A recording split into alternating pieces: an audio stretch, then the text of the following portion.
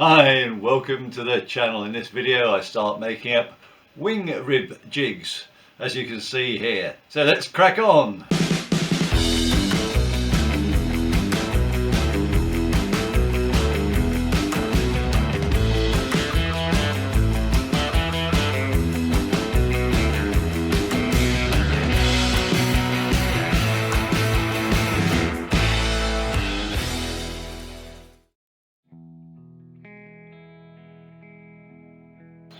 I've got the rib plan here. I've got draftsman's copy paper, which is a plasticized type sort of tracing paper, so it doesn't get affected too much by moisture. It doesn't stretch and change shape like that. A lot stronger, more durable, than normal types of tracing paper, greaseproof paper that you might normally use for copying. Worth the extra few pounds in the purchase of it. It's clamped down here. I've drawn a datum line on the plan and I've just used that to copy on here. This is just to allow me to align it onto the pieces of MDF which I'm going to use. I'm going to use 3/4 inch MDF, or close to 3/4 inch. So rather than the sort of normal bit where you copy the line and then rub on the back or use carbon paper and try to copy things through, I find it much easier when you want to transfer something like this to something else, is to go along at about 1 inch intervals along curved areas, and in other areas just sort of datum points, and make a small hole in the copy paper, and I'll just draw on here, the area in which things are going to go as a little bit of a reference. But I'm going to do that first off, then I can clamp this to the piece of MDF, and where the holes are I can put pencil marks, and then I can draw redraw the plan, and I can reproduce this a couple of times. So the idea is I'm going to create one board which will be used for one set of wing ribs, a second board for the other set of wing ribs. Bear in mind that the wing ribs are the same top and bottom, but if I make all the ribs from one jig for one wing, they'll be consistent. The other ribs will be for the other wings, say the top wings, they'll be consistent. I'll make up the jigs for doing the two front sections here, the half ribs will be created, so that in theory each sitting or to a construction time I can make up 2 wing ribs and 2 nose ribs at the same time, and that will increase my speed of creating ribs, because we've got lots of ribs to create. I haven't really counted them, to tell you the honest truth. I think it's something of the order of about 36 full wing ribs, something like that, and a few less nose ribs. Let's not frighten ourselves at this stage. So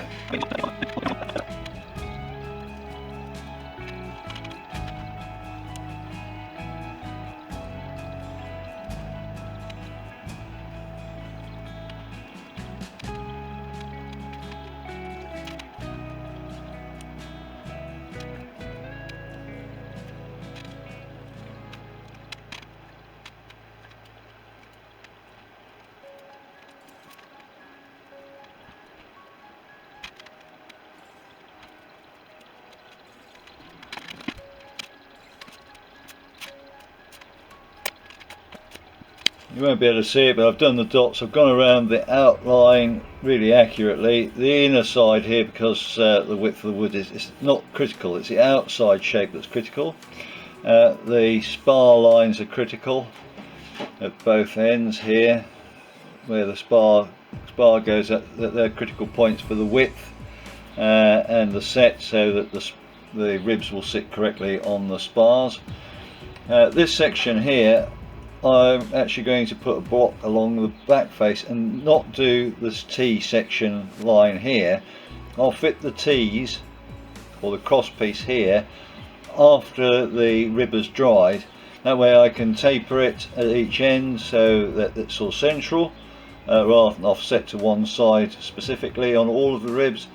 or I can offset it for the root ribs as well. So that's a little bit of an adjustment on my half for making up those ribs there, because as you can sort of see, it shows the cross section, it's offset to one side. I'd rather have it sort of central or offset according to which root it is, otherwise you're going to end up with having to shave some off on the roots where it meets up with the fuselage or the two top wings meet together. So that's this bit done. I will now transfer that over onto the MDF. We've got my MDF. I sprayed it with some white car primer so I can actually see the marks going through. I've got the copy paper over the top, and I'm literally now just going along, putting a pencil through each of the holes individually to produce a small dot mark on there, which I can then use to join up the lines.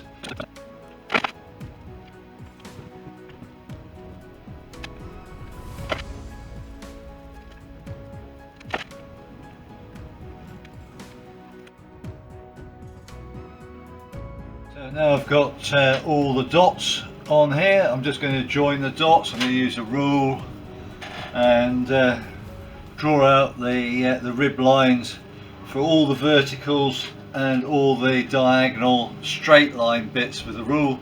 Just going to draft those on, and then so all the lines are drawn for the straight line stuff. So I'm now just going around the outside edge. As you can see, I've tapped in some tacks just to make sure they're there, and they're all on the dots which we created. So I'm just now pushing out this bit of bass wood against the pin, so I can now draw a curve, and I can confirm that I'm meeting the requirements. By the way, it meets up with the dots in between, so that way I can make sure I've got a nice fair curve that the top cap section of the rib will be able to conform to.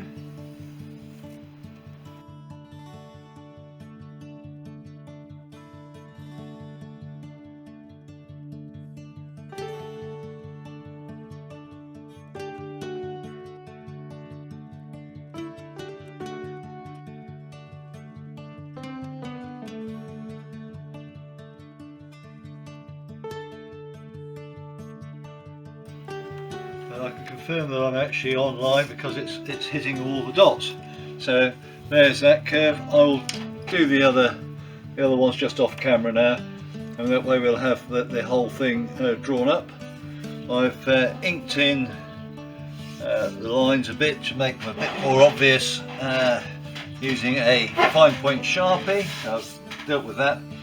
The next bit I need to work out is where am I going to put holes to allow the clamps to go in to sandwich the strips, so I can actually pinch onto the strips to hold them in place.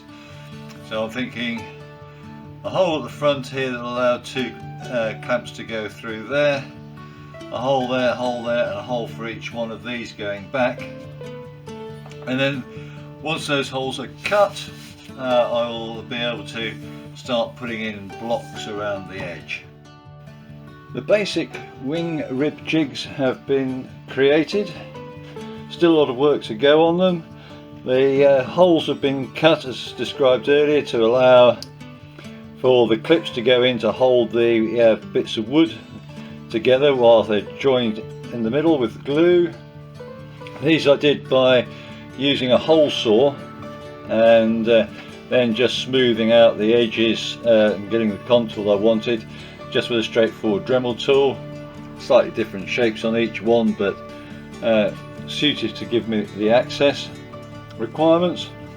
So What will come up in the next video is the preparation of the surface of the jig, the fitment of various types of block and work to make it so it works in cams, so that we've actually got a workable jig for use for making up the ribs themselves. So join me in the next episode. Look after yourselves. Bye now. Thank you for watching. If you enjoyed the video, please hit the thumbs up. You can subscribe or even hit the little bell notification for future videos. Any comments would be appreciated and I'll try to get back to you as soon as I can. Remember, go fly and feel the sky.